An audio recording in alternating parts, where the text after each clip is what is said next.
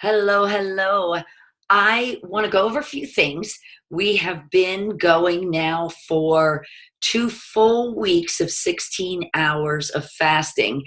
Now, I know there are some of you who haven't started or who have dabbled but not really jumped in.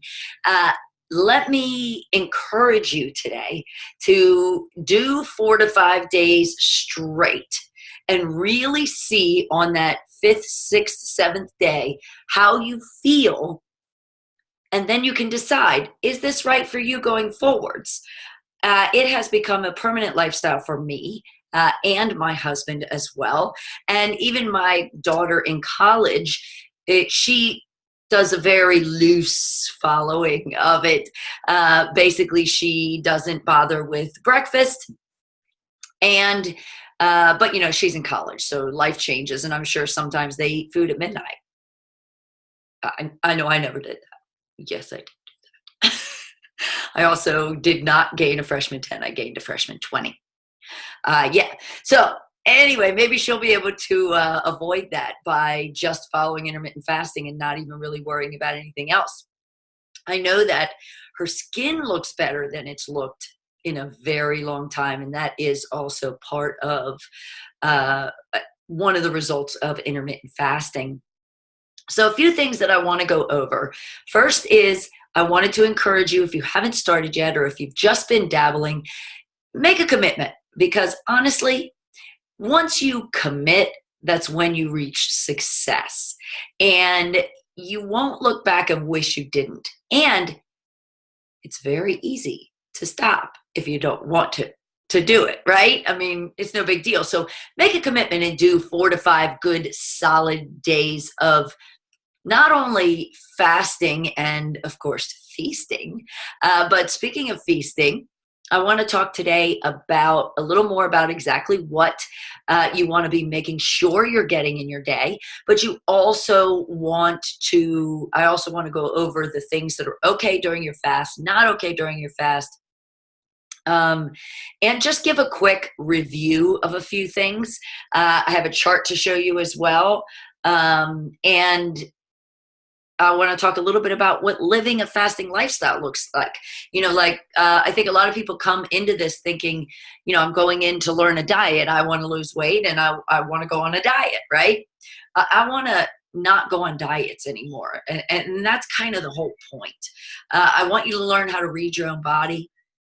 And I want you to learn how to live a lifestyle that is healthy because you choose to be healthy, not to go on a diet so that then at some point you can say, okay, I lost weight. Now I can go back to living the way I lived before, because we all know how that happens. It's the hamster wheel of the diet cycle, right? And it just doesn't work.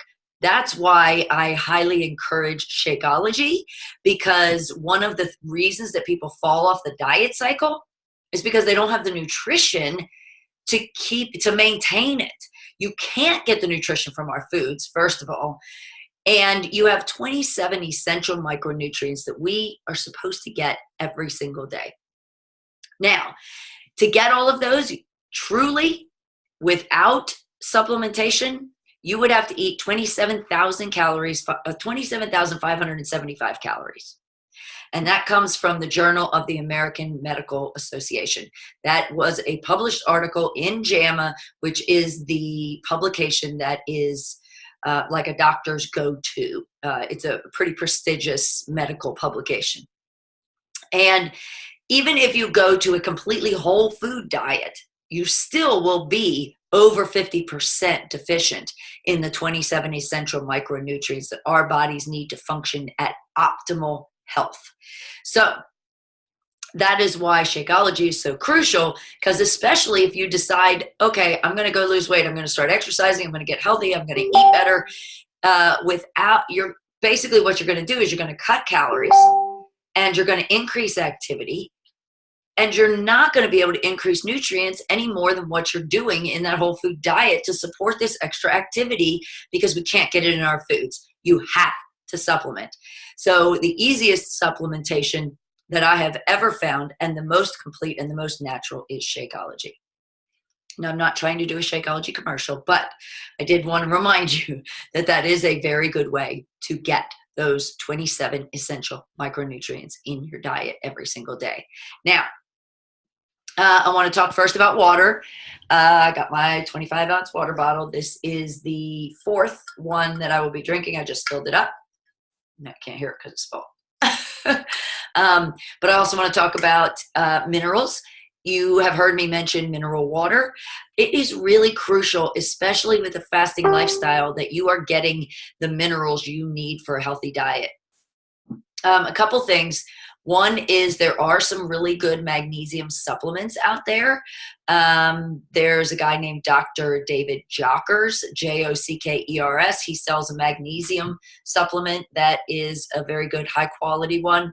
Or what I do right now, at least, is because I'm working on keeping my budget down. I buy 4 to 5 bags of Shakeology a month so that the whole family can have their Shakeology every day, and 1 bag of Daily Sunshine, because that's what I give my son instead of crappy glorified candy bars that they call nutrition bars or granola bars or protein bars, any of that. I give him Daily Sunshine instead. And then, so because of that, I do the mineral water, Mountain Valley being my favorite, or like this has in it right now, Himalayan pink sea salt, which I know you're thinking the salt water your mom used to try to make you gargle with. No, just a couple little and 25 ounces of water is all you need, and it does have minerals in it. And then I take a little bit of 1 drop of lemon essential oil and just and shake it up, and then the lemon gives it a freshness. And the Himalayan pink sea salt gives you minerals. So I make sure I get 100 ounces of water a day, at least 25 being either mineral water or the Himalayan pink sea salt and lemon. And then I, of course, drink my Shakeology, and I put spinach and blueberries in that along with either water or Ripple milk to get a healthy fat. If I don't put the Ripple milk in, because if I don't have it, then what I do is I will put a teaspoon or more of coconut oil in my shake and blend it up. Now, let me tell you some things about that coconut oil. 1, you put it in a shake, you don't taste it. 2, it helps with any sort of constipation. You can put up to about a tablespoon in there, and it will help move things through, shall I say.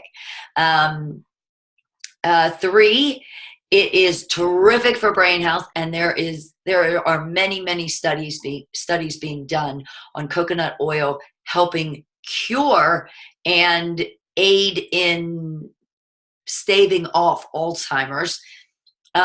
It has what's called MCTs, which are medium chain triglycerides. And what they do is you eat them. They are fats that you eat, and your body burns them for energy right away. So it's a terrific energy drink with anything that you put coconut oil in.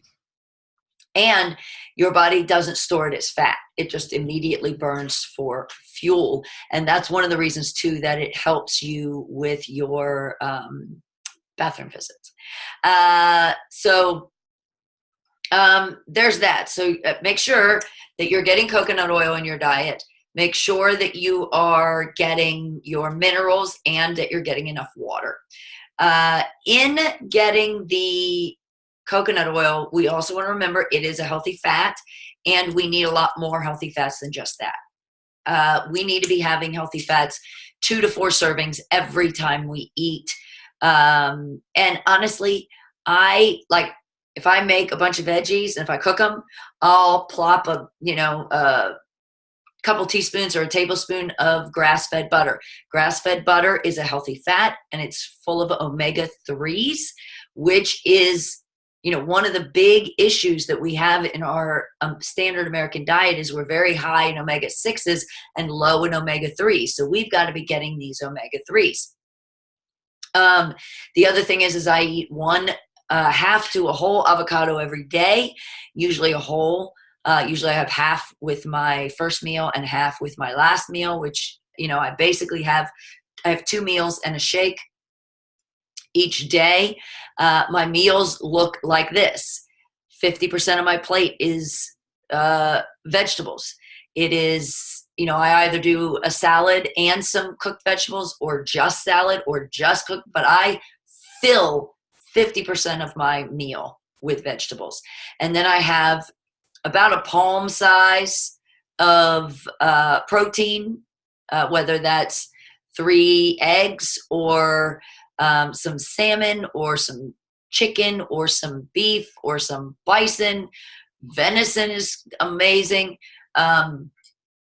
But remember, we want to also reduce toxins in our body, because toxins are also part of what make us tired, give us joint pain, all of those things. So we want to remove as many toxins as possible. So we want to be making sure all our food is non-GMO, it is organic, where meats are grass-fed, antibiotic-free, hormone-free, all of those things. And I know it makes your grocery budget a little more expensive. However, remember, you're only eating about a palm size of meat. So that meat can last you, for 2 people or 4 people, a pound of organic grass-fed ground bison can feed 4 people, because your plate needs to be filled with vegetables. The other thing is that you want to make sure, again, it has healthy fat. Did you cook the meat in coconut oil, or did you put olive oil in your salad? One of the yummiest things is like a teaspoon to 2 teaspoons of olive oil over a salad. Stir it up, add some Himalayan pink sea salt and ground pepper. It is delicious, just like that. Fruit, you want to eat fruit at a minimum. About one of your meals can have fruit and or carb, and you want it to be your first or second meal of the day, not your last meal of the day, because when you eat fruit and carbs at night, they make you crave sugar. So it's really going to sabotage you if you eat them at the end of the day. And believe me, I have my French Fry Friday a couple times a month, and those days, all I want is sugar the whole weekend. I mean, like, it derails me for a weekend, and then by Monday I get back on track. I'm putting together right now a Jennifer's, if I were on a deserted island with a kitchen and no grocery stores, grocery list. And I'll share that once I finish that. Let's see, is there anything else? What else do I want to, okay, so one of the things I want to show you, let me share my screen with you here, is this graph here. Okay, so this is what's going to help you understand a little more what I've been talking about for these last 3 weeks. This shows what goes on during your fast. So the first 6 hours after you eat something, you're using energy from your last meal. Then 6 to 14 hours, you're using energy from your blood sugar, which is your glycogen stores. 14 to 16 hours is when you are actually burning fat. Now, that doesn't happen the first day you do this. It takes a couple days before your body to say, oh, wait, I need to burn fat for energy. That's part of what causes that keto flu, while your body is learning how to go into ketosis, because it's so out of practice from being nothing but a sugar burner, because we're always living between this 0 to 14 hours in our standard American diet. So it's between 14 to 16 that we begin burning fat. And then between 16 to 24, we are burning fat, and this graph says, work out in the 16 to 24 hours. Well, I guess I do that. I usually work out at about 16, because I like to go about 17 and a half to 18 hours as a fast. Now, you don't want to do that too soon, because, then that will cause you to fail. You want to take this gradually, but by now, if you followed the first week plan, and then you've been dabbling a little bit, you're ready. Let's do 16 hours for 4 to 5 straight days.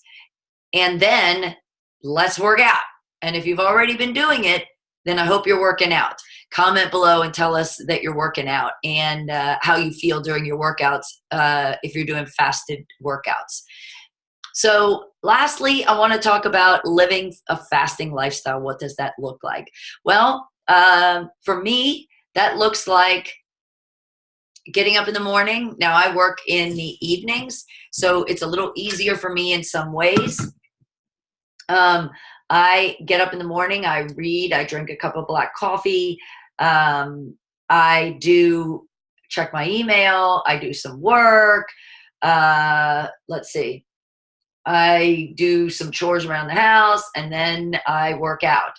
And so I work out generally around 12:30 to 1, and then I'm done by about 2, and then I break my fast. And then I get ready and I go to work. I don't eat between, so basically then I have my Shakeology and I have a big meal.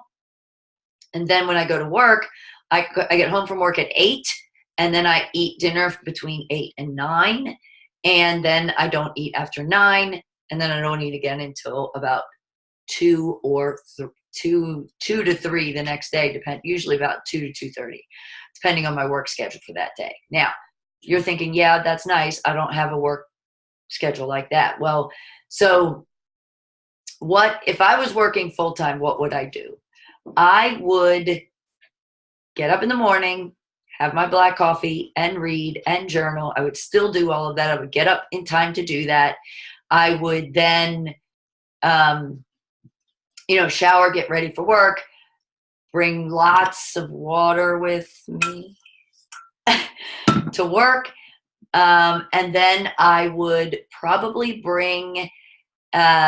make a butter coffee and put it in a Yeti cup for the afternoon. I would also bring a big salad for lunch. I would bring a ton of vegetables with a little bit of like chicken or beef, whatever it is that you have left over from the night before maybe. And then I would have avocado, and that's what I would eat for lunch. Now, the other thing I would do is I would work with my boss or whoever it was that I answered to see if I could either start work an hour earlier or stay an hour later so that I could leave for an hour and a half in the middle of the day so I could go work out and get ready and come back. Now, if that's absolutely impossible for you, there's no way your, employer would do that, then what I would be doing is if I worked that schedule, I would just stop my eating earlier. I would bring my meal that I would break my fast with to work. So basically, I would schedule my day like this. Get up, do my reading, drink my black coffee. Of course, I start with 25 ounces of water before the black coffee. Then I would go work out. Then I would get ready for work, pack my butter coffee, pack my lunch, and pack my dinner. Or depending on what time I got off of work, eat dinner as soon as I get home. But I would be stopping my day in time to get 16 hours of fasting before I ate again the next day. And I would make sure my workout was in that 14 to 16 hours of fasting. So if that makes sense, I would probably stop eating by about 4 or 5 o'clock, depending on the work schedule time. So that's how you kind of live a fasting lifestyle. And then on the weekends, we go to church on Sunday. We don't eat till we get back from church at about 1. The weekends are kind of, we fast, we don't fast, depends on the weekend. I hope that's helpful. If we travel, honestly, we never eat breakfast, and honestly saves you from buying a meal. We bring our shakes. We make a shake usually for the middle meal, and then we buy dinner. I mean, think of how much money you'd save if you were not buying food all day. So if you make a shake in the middle of the day, and then you're basically just going out for dinner. It's pretty easy. So there you go. Hope you're having a fantastic day. We have some great new videos coming up next week. I know it's the final week and you're thinking, what what else could she tell us? Well, there's some really important, good information in this last week. So don't miss it. And comment below with questions. Let us know how it's going. We want to know. Anyone had any success in their weight loss, measurement loss, or size loss? Share it with us. We want to know. Have a blessed day.